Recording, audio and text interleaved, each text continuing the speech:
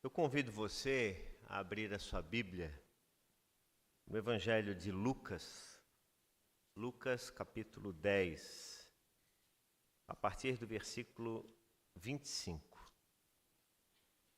Lucas capítulo 10,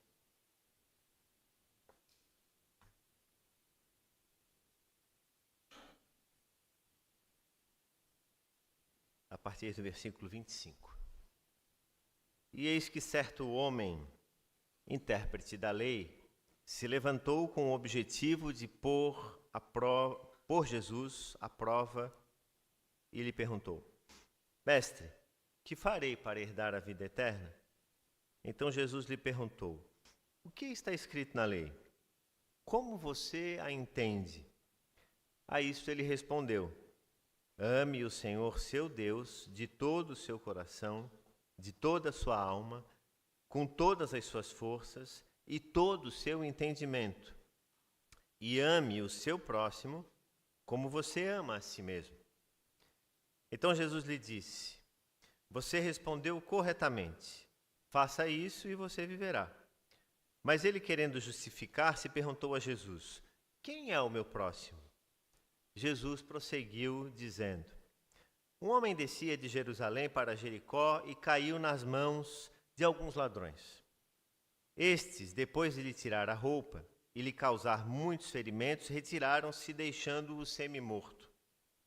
Por casualidade, um sacerdote estava descendo por aquele mesmo caminho e, vendo aquele homem, passou de largo. De igual modo, um levita descia por aquele lugar e, vendo, passou de largo. Certo samaritano, que seguia o seu caminho, passou perto do homem e, vendo-o, compadeceu-se dele. E, aproximando-se, fez curativos nos ferimentos dele, aplicando-lhes óleo e vinho. Depois, colocou aquele homem sobre o seu próprio animal, levou-o para uma hospedaria e tratou dele. No dia seguinte, separou 2 denários e os entregou ao hospedeiro, dizendo: Cuide deste homem, e se você gastar algo a mais, farei o reembolso quando eu voltar. Então Jesus perguntou: Qual destes 3 lhe parece ter sido o próximo do homem que caiu nas mãos dos ladrões? O intérprete da lei respondeu: O que usou de misericórdia para com ele. Então Jesus lhe disse: Vá e faça o mesmo. Vamos orar mais uma vez. Senhor, a tua palavra foi lida e com reverência e humildade nos colocamos diante dela, suplicando o teu auxílio e a iluminação do teu Espírito. Ajuda-nos a compreendê-la e, acima de tudo, tornarmos ela prática em nosso viver diário. Em nome de Cristo Jesus é que oramos. Amém. Esse é um texto classicamente conhecido por nós. Um texto que muitas vezes já foi lido, já foi pregado. E eu até via, agora aqui mesmo, um presente que a Ana Luísa me deu, acho que tem já uns 2 anos. Uma homenagem do Dia dos Pais da Escola Dominical, ou do culto infantil, não estou lembrado agora, em que aparece a imagem do bom pastor, do pai acolhendo o filho, né? Numa atitude de amor profunda, numa atitude de cuidado intensa, assim como nós vemos na passagem do bom pastor, assim como nós vemos no acolhimento de Jesus, a mulher samaritana, assim como nós vemos nessa passagem do homem samaritano e daquele que é chamado por Jesus não apenas como samaritano, mas como o bom samaritano.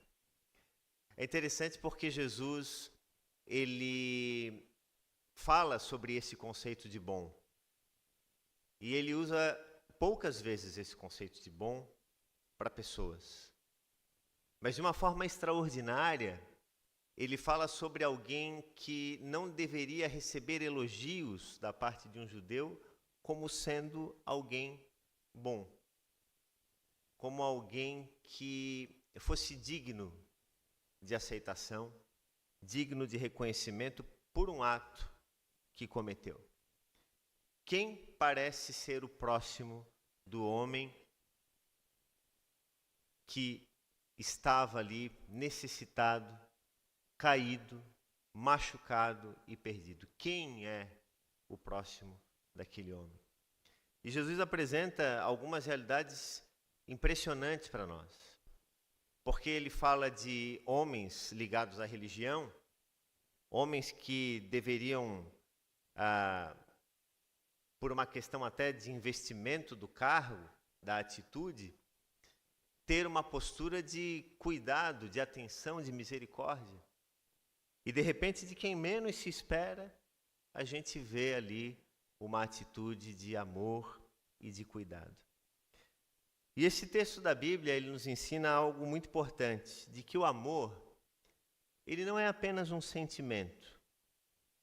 Porque no reino de Deus, o amor, ele é uma medida absoluta. E é o meio através do qual Deus se relaciona com a humanidade. Por isso que Jesus apresenta ao longo do seu ministério tantos exemplos em que a graça e a misericórdia dele são demonstradas. Por isso que Jesus fala em parábolas. E através das parábolas, Jesus apresenta muitos atos, muitos gestos de misericórdia, de amor. Então, esse momento em que Jesus está reunido, em que ele apresenta mais essa parábola do bom samaritano, Jesus está indo de encontro à arrogância de homens que queriam colocá-lo à prova e questioná-lo sobre onde estava de fato o valor da vida e do amor. Quando o intérprete da lei, vejam que não é qualquer pessoa que se aproxima de Jesus, chega perto dele tentando testá-lo e questionando o que é preciso para herdar a vida eterna, a resposta de Jesus ela é muito clara. E ele não está apresentando aqui uma nova lei, uma nova forma de ser, mas ele apresenta um espelho. Ame o Senhor, seu Deus, e ame o seu próximo como a si mesmo. Jesus, como sempre, é simples e direto. E para ilustrar, Jesus vai contar, como disse aqui, entre tantas parábolas que Jesus falou ao longo do seu ministério, uma das mais confrontadoras da humanidade. Porque confronta diretamente o sentimento, a visão, a maneira como aquele homem, como aquele intérprete da lei enxergava o mundo. E ele estava falando de algo muito maior, porque não era apenas o intérprete que estava ali, só Jesus e aquele homem, mas havia uma multidão. Jesus sempre estava cercado de multidões. São poucos os encontros exclusivos com Jesus. Podemos citar dois aqui, da mulher samaritana, junto ao poço de Jacó, e de Nicodemos, que procurou Jesus à noite. Mas, fora isso, você vai encontrar poucas passagens em que Jesus está só com alguma pessoa. Via de regra, ele está cercado de uma multidão. Via de regra, tem muita gente vendo, ouvindo e querendo saber o que ele tinha para contar. E na história entre judeus e samaritanos, havia uma rivalidade absoluta. Os samaritanos, que também tinham na sua história, na sua herança, o traço da sua formação judaica, eles também eram judeus, mas quando o povo de Israel foi levado cativo para a Babilônia, eles ficaram, e aqueles que ficaram na terra se misturaram com outros povos, e então, durante os anos, os quase 70 anos de cativeiro na Babilônia, fizeram com que a parte do povo de Israel que estava lá presa, se mantivesse mais fechada na sua identidade. E quando eles voltaram para a sua terra e que se encontraram com aqueles povos que ali estavam, que tinham um parentesco, que tinham um antepassado comum, e viram que estavam misturados, os judeus olharam para os samaritanos e disseram assim: não, agora vocês são outra coisa. Vocês não têm mais nada a ver com a gente. Até porque vocês já escolheram até um outro lugar para adorar, diferente do nosso, então vocês se tornaram inimigos nossos. Vocês não fazem mais parte do nosso corpo, do nosso grupo. E daí então surge toda essa animosidade entre judeus e também samaritanos.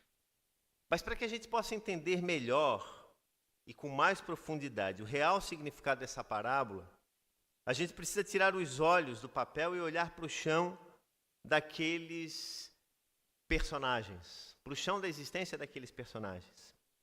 E Jesus situou essa narrativa dele na estrada que desce de Jerusalém para Jericó.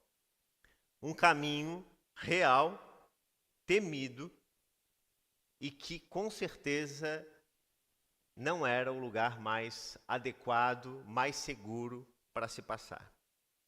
Uma descida que tinha mais ou menos uns 30 quilômetros e onde aqueles que viajavam por esse caminho desciam uma altitude aí de quase 800 metros. É mais ou menos como você viesse andando, né? Rancho Queimado está lá a 800 metros de altitude, mais ou menos, e viesse descendo ali em direção a Santo Amaro da Imperatriz. Uns 30 quilômetros mais ou menos é o trecho ali que separa. E agora você imagina um lugar ermo, fechado, perigoso, uma estrada difícil de ser caminhada, e é nesse contexto que aquele homem, aquele bom samaritano, exerce a sua missão, uma das mais importantes e intensas do Evangelho de Jesus. O desfiladeiro desse caminho que ia nessa estrada, ele era tão estreito que se de repente alguma pessoa estivesse caída no caminho, era até mesmo impossível ignorar a distância. O viajante teria que literalmente passar sobre aquele corpo ou se desviar muito para não chegar perto. Não é como uma estrada larga em que você passaria, ó, lá tem alguém caído, eu vou passar por aqui. Não. Uma estrada curta, em que de fato você teria que ter a convicção de que você precisava se desviar daquilo que estava na frente de você. Então é nesse lugar, sem lei, sem sombra, sem água, um ferido e uma sentença de morte. Por isso que Jesus, quando narra que o sacerdote e o levita passam ao largo, vão à distância dele, Jesus está expondo aqui a frieza desses homens, a frieza de quem escolhe se afastar daqueles que muitas vezes estão sufocados e sofrendo. Mas o que Jesus mostra através dessa história não estava exclusivamente focado na história ali em si. Jesus queria mostrar algo a mais. Jesus queria colocar algo maior, elevar a régua. E Jesus está falando ali sobre o egoísmo do ser humano. Jesus está falando sobre essa capacidade que o ser humano tem de olhar tanto para si mesmo, que ele se esquece de que ele vive num mundo de iguais. Essas estruturas que a sociedade nossa cria, os níveis de status, de graduação social, de acesso a bens de consumo, à saúde, à educação, que a nossa sociedade muitas vezes coloca como sendo essenciais para a nossa vida, Jesus está dizendo, olha, isso aqui é apenas uma parte muito pequena da existência. A existência vai muito além disso. Então, eu diria, quando leio esse texto, que ele está falando sim do egoísmo. E pensando na nossa sociedade, nos tempos que nós temos vivido, eu fico me perguntando às vezes, que mundo é esse que nós estamos vivendo? Que mundo egoísta é esse que nós estamos vivendo? E há uma música bastante interessante, muito boa por sinal, que o nome dela é O mundo anda mal das pernas. Quem canta essa música é o Paulo Nazaré. Paulo Nazaré, ele é um pastor presbiteriano e um grande compositor, um jovem, e que tem assim uma musicalidade muito intensa. E ele na música ele começa dizendo assim: o mundo anda mal das pernas, meu amigo. O mundo anda de muletas. É tanto ego, cada um no seu umbigo. E aí ele segue, é tanto ódio, e ele usa uma expressão bem contemporânea, tanta treta. É uma expressão bem jovem do nosso tempo. Mas ele usa essa música para dizer que o nosso mundo, ele é um mundo egoísta. É um mundo onde as pessoas estão preocupadas, é um mundo que anda cambaleante. E as pessoas olham para si mesmas e olham para a sociedade como se tudo estivesse muito bem. Então, se nós trouxermos algumas reflexões oportunas desse texto da palavra para a nossa vida, a primeira delas que eu faria é que nós temos aqui o encontro com o egoísmo. E classicamente esse texto ele nos apresenta 4 personagens: os ladrões, o sacerdote, o levita, 5, né? O homem em questão e o samaritano. São essas figuras que estão presentes ali na história. E tudo começa com um homem que está andando e que de repente é assaltado por ladrões. Eu até ouso em dizer que possivelmente o homem assaltado fosse um judeu. Não está claramente isso exposto aqui na Bíblia, mas eu acho que isso aumentaria ainda mais o peso da responsabilidade que Jesus estava lançando sobre aquela mensagem que ele estava transmitindo. E aquele homem, então, que nós não sabemos quem é, ele é assaltado. Ele é machucado. Ele é violentamente atacado. Ele é despido das suas roupas. E ele é tão violentamente atacado que ele é deixado praticamente morto à margem da estrada, à beira do caminho.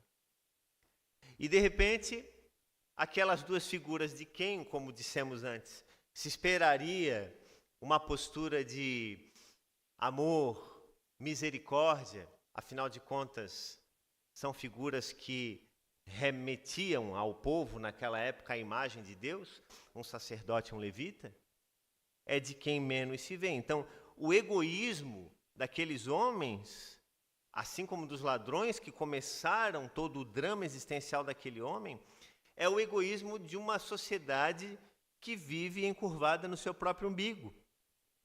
É o retrato de uma sociedade que coisifica pessoas, personifica coisas, uma geração que anda cada vez mais preocupada com a aparência do que com a essência.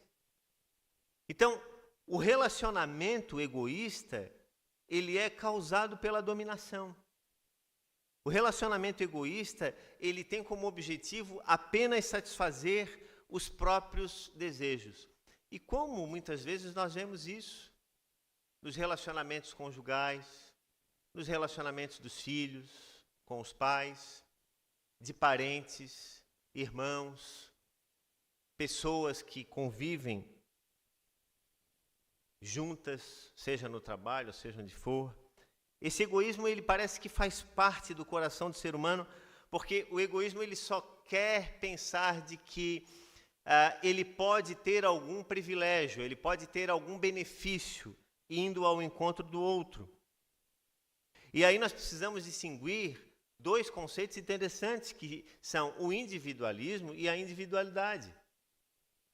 Porque o individualismo, ele é um conceito que remete ao egoísmo, de alguém que olha apenas de si para si. A individualidade tem a ver com aquilo que nós somos, com as nossas características pessoais, com os nossos gostos, com a nossa maneira de ser. Então a gente não pode confundir esses 2 conceitos, individualismo e individualidade.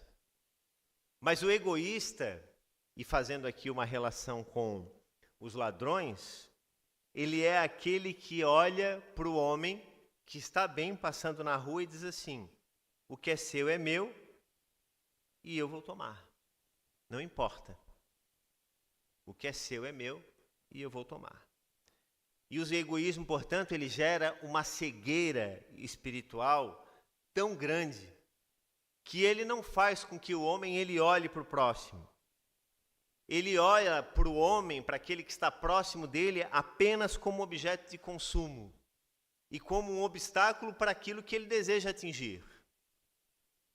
Por isso que hoje em dia nós vemos as pessoas muitas vezes se devorando, seja nas redes sociais, seja na política, na sociedade de modo geral. As pessoas querem ficar usando umas às outras como ponte para chegarem em algum lugar, para atingirem os seus objetivos. Mas a palavra nos ensina, em Filipenses capítulo 2, versículo 3 e 4, algo muito importante, que deve ser uma regra fundamental para a nossa vida. O texto bíblico diz assim: não façam nada por interesse pessoal ou vaidade, mas por humildade, cada um considerando os outros superiores a si mesmo, não tendo em vista somente os seus próprios interesses, mas também os dos outros. Eu diria que essa é uma regra de ouro para quem vive debaixo da graça de Deus e quem vive em comunidade. Não olhar apenas para os seus próprios interesses. Por uma razão muito clara. Tiago, capítulo 3, versículo 16, faz um alerta solene, importante para nós. Ele diz o seguinte: pois onde há inveja e rivalidade, aí há confusão e toda espécie de coisas ruins. A rivalidade é algo bom? Não, não é bom. Às vezes a gente vê alguns pais dizendo assim: não, mas a gente tem que estimular a rivalidade, né? Seja no futebol, seja na gincana, seja num campeonato esportivo. Não, isso não é bom. A rivalidade nunca é boa. A rivalidade é fruto do egoísmo. A rivalidade é fruto da arrogância. A rivalidade é fruto de um coração que deseja mais para si, ou que deseja tudo para si, e que não quer compartilhar nada daquilo que tem com o outro. A rivalidade é fruto do pecado. Foi a rivalidade que fez com que o primeiro homicídio no mundo existisse. Quando lá os dois irmãos, Caim e Abel, lidaram com isso. Foi olhar a oferta do outro e dizer: a oferta do outro é mais interessante, então eu tenho que matá-lo para corrigir isso. Então a rivalidade não é coisa de Deus. A rivalidade não é algo bíblico. Você não encontra na Bíblia uma passagem em que o Evangelho diga que a rivalidade é uma coisa boa. Então nós precisamos ensinar os nossos filhos, ensinar as pessoas que estão na nossa casa, de que a rivalidade não é algo que procede de Deus. Só que assim, é difícil, né? Nós ensinarmos quando muitas vezes nós mesmos agimos daquele jeito. É difícil, porque assim, o mundo em que a gente vive nos coloca dessa forma. Mas é aquilo que o texto de Tiago fala: onde houver inveja, sentimento faccioso, e aí haverá confusão e toda espécie de coisas ruins. A segunda coisa que nós podemos aprender tem relação com o encontro com a diferença. Então, se em primeiro lugar nós falamos sobre o egoísmo, e o egoísmo está relacionado com os ladrões, a indiferença está relacionada com os religiosos. O indiferente, talvez ele até em algum ponto ele seja pior do que o egoísta. Porque o indiferente, ele não precisa bater em ninguém, ele apenas faz uma escolha, ele é seletivo. Ele decide não ver. Ele sabe que existe, mas ele decide não ver.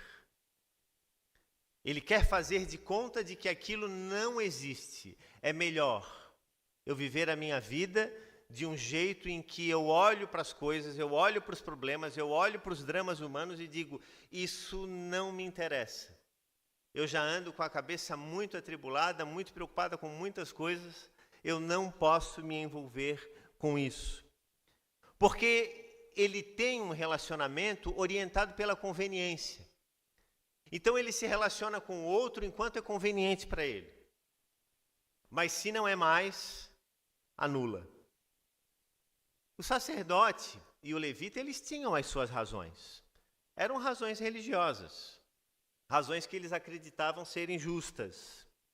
Mas eles negaram no momento em que eles excluíram aquele homem do seu roteiro, eles negaram aquilo que eles diziam defender, a fé.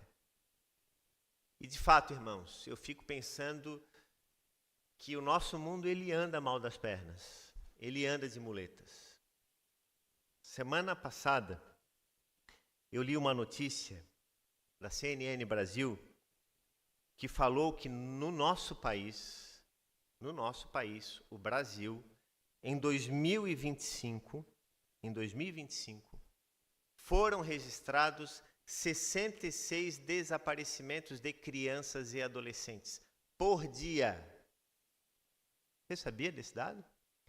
66 crianças e adolescentes desapareceram por dia em 2025. Mais de 23 mil crianças. Vocês sabem disso? O que é isso? Aonde que isso é colocado na mídia? Porque atualmente só se fala em carnaval.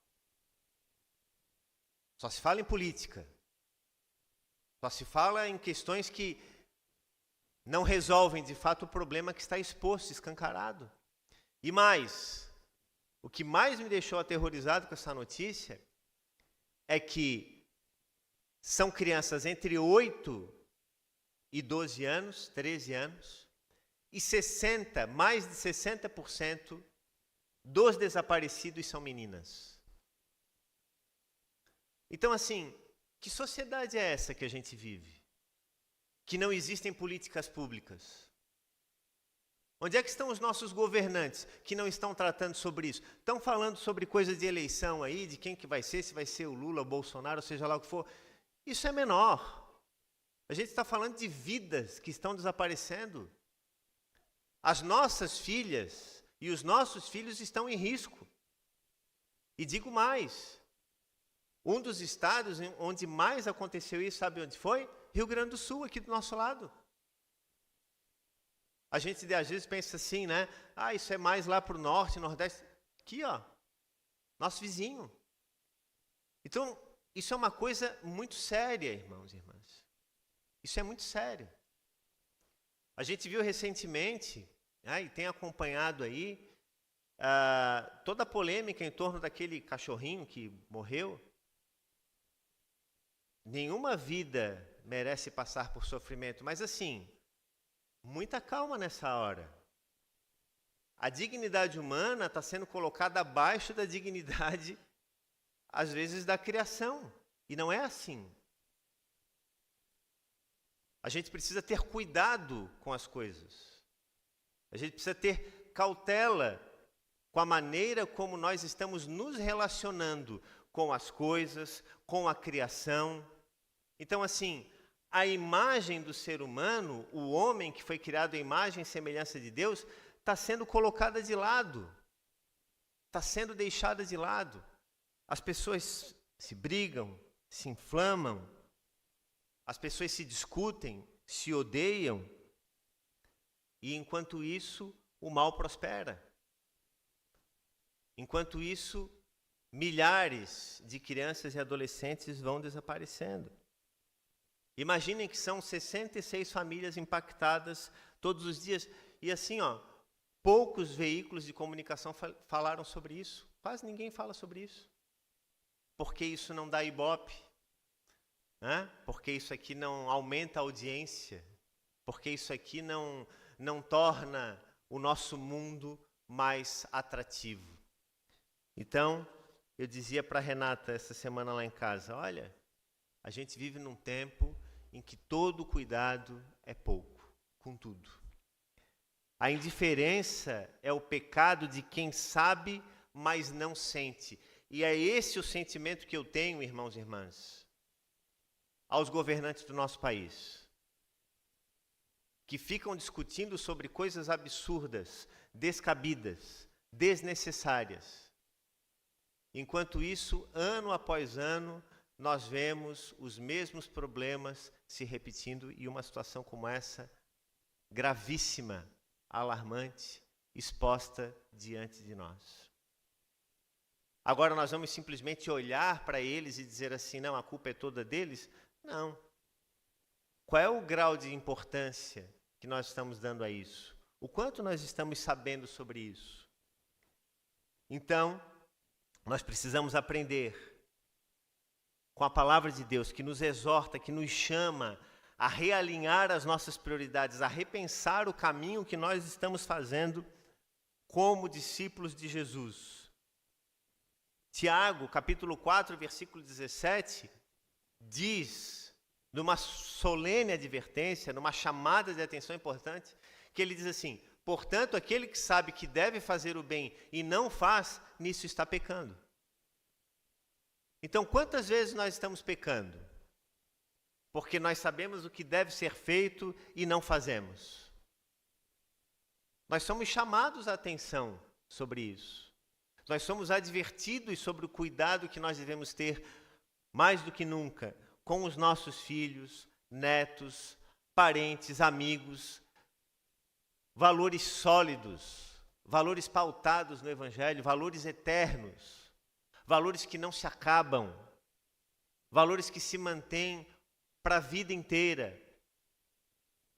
Porque disse, como diz a palavra, melhor dizendo, Moisés, no Salmo 90, ele diz que a nossa vida é como um breve pensamento. Então, assim, muito rapidamente nós envelheceremos, os nossos filhos crescerão, e que tipo de mundo nós estaremos deixando para eles? Um mundo cambaleante, um mundo trôpego, um mundo dos egoístas, um mundo dos indiferentes, um mundo daqueles que se preocupam apenas consigo mesmos? Então nós precisamos realinhar as nossas prioridades com Deus. Assim, como é que a gente vai reclamar de um mundo indiferente se muitas vezes o marido ignora a esposa dentro de casa? Como é que nós vamos reclamar da indiferença se a esposa ignora o marido dentro de casa? Como é que nós vamos reclamar da indiferença se os filhos rejeitam a autoridade dos pais? Como é que a gente vai reclamar dos políticos se onde a gente deveria fazer o dever de casa a gente não está fazendo? Se onde a gente deveria de fato estar cuidando daquilo que traz sentido para a nossa vida, a gente não está cuidando. Ah, mas eu tenho os meus motivos para fazer o que eu estou fazendo. O sacerdote e o levita também tinham os motivos deles. Eles também justificaram a atitude deles. Eu tenho pressa, eu tenho que fazer as minhas ofertas, eu tenho que cuidar dos louvores. Então, nós, como seres humanos, sempre encontraremos justificativas para não fazer aquilo que deve ser feito.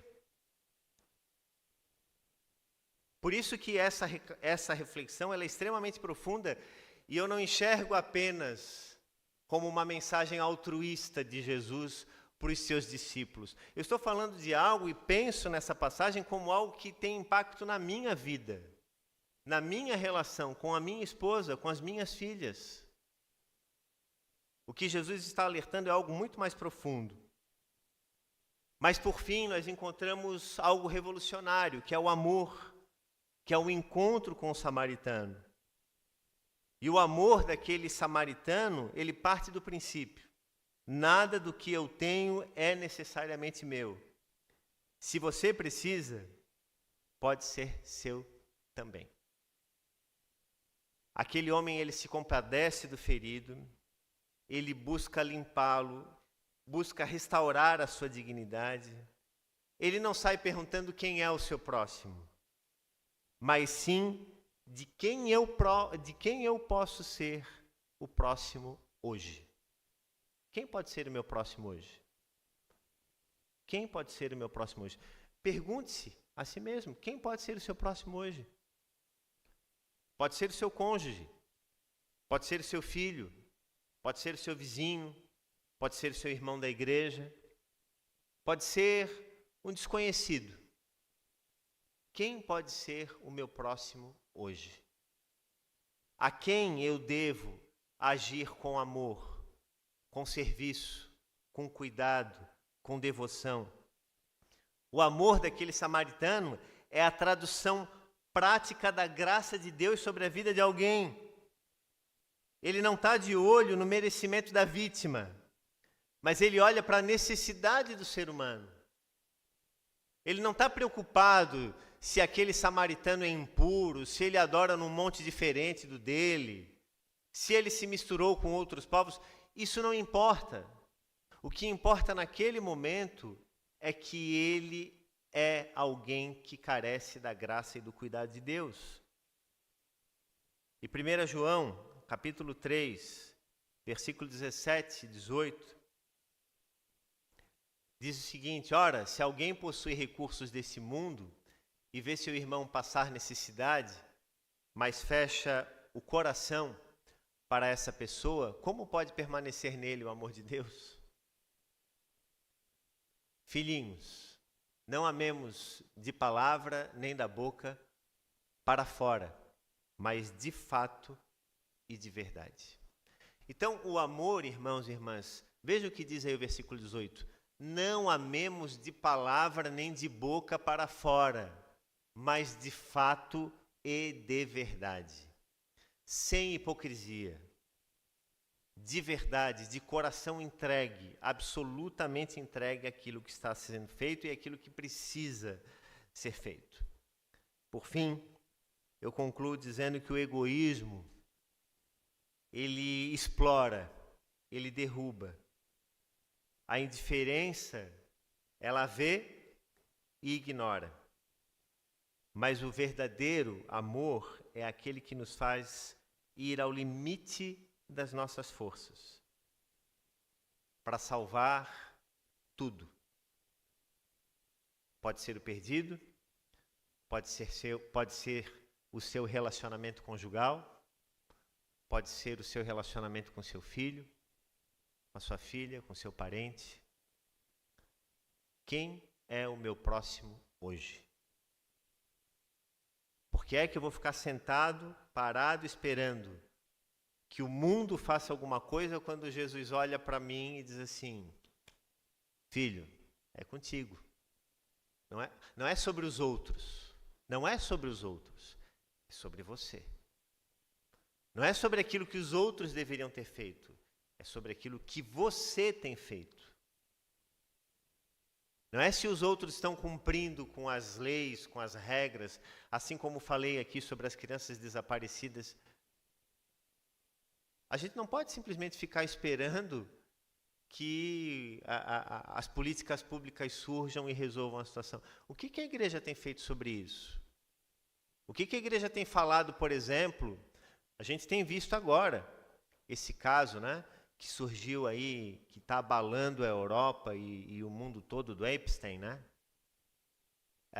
Que é um empresário, um cara que explorava sexualmente crianças e que vários, inclusive monarcas, príncipes, chanceleres, presidentes, empresários envolvidos nisso. E o que a gente está falando? É algo muito mais profundo. Hipersensualização de crianças, músicas com conteúdo pobre, baixo cada vez mais, programas de televisão sem a conteúdo. Então, assim, a gente está vivendo, irmãos e irmãs, eu tenho visto assim. Por isso que eu oro diariamente pelas minhas filhas e estou sempre dizendo: ó, minha filha, Deus abençoe. A gente está vivendo num tempo de guerra. E não nos esqueçamos daquilo que o apóstolo Paulo falou. A nossa luta não é contra a carne e contra a sangue. é contra principados e potestades. São poderes muito maiores do que aqueles que nós acreditamos que vemos e podem ser dominados. O tempo que nós vivemos é um tempo que precisa de atenção. Pais e mães, falo isso para mim, falo isso para minha casa, né? Nós precisamos dar atenção àquilo que de fato é valor na nossa vida. Cuidar da vida espiritual dos nossos filhos, da nossa casa, vivermos bem dentro da nossa casa. Nada disso é impossível, mas com a graça de Deus, tudo é possível. Talvez você esteja agora aí dizendo assim, não, mas pastor, essa verdade ela é bonita, mas ela não se aplica para mim. Porque a minha casa anda de mal a pior. Eu tenho muitos problemas financeiros, de relacionamento. E olha, eu vou dizer uma coisa para você. Jesus nunca disse aos seus discípulos que eles não passariam por tribulação. Jamais ele disse isso. Muito pelo contrário, ele disse, no mundo vocês terão aflições, passarão por tribulações, mas tenham bom ânimo. E bom ânimo é focar naquilo que de fato traz sentido e propósito para a nossa existência. O reino de Deus, ele nos convoca a quebrar essa paralisia que a igreja tem vivido. Jesus não nos chamou para sermos apenas espectadores digitais da dor alheia, porque nós nos tornamos espectadores digitais também, né?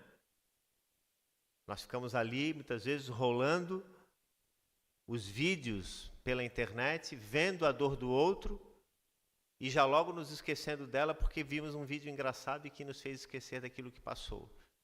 Muitas vezes nós somos espectadores digitais. O que Jesus fala para a gente é aquilo que o texto de Lucas 10 nos deixa como solene advertência. Vai lá você e faça o que deve ser feito. Você ama o seu próximo como a si mesmo? Então não apenas diga, vai lá e faça. Você ama a sua família? Você ama o seu marido? Você ama a sua esposa? Você ama os seus filhos? Você ama os seus pais? Você ama os seus amigos? Amo, mas eu não vou mexer nisso. Não. Eles são seu próximo. Vai lá você e faz. Vai lá e corrige isso aí. Vai lá e tenta resolver essa situação. Ah, mas eu não consigo nem chegar perto dele. Ora, comece orando para que Deus abra portas, caminhos, ilumine entendimentos. E Deus vai mostrar, Deus vai direcionar. Não existe porta fechada que não possa ser aberta. E não existe coração tão duro que não possa ser quebrado pela graça de Deus. Amém, irmãos? Que Deus nos abençoe com a sua palavra.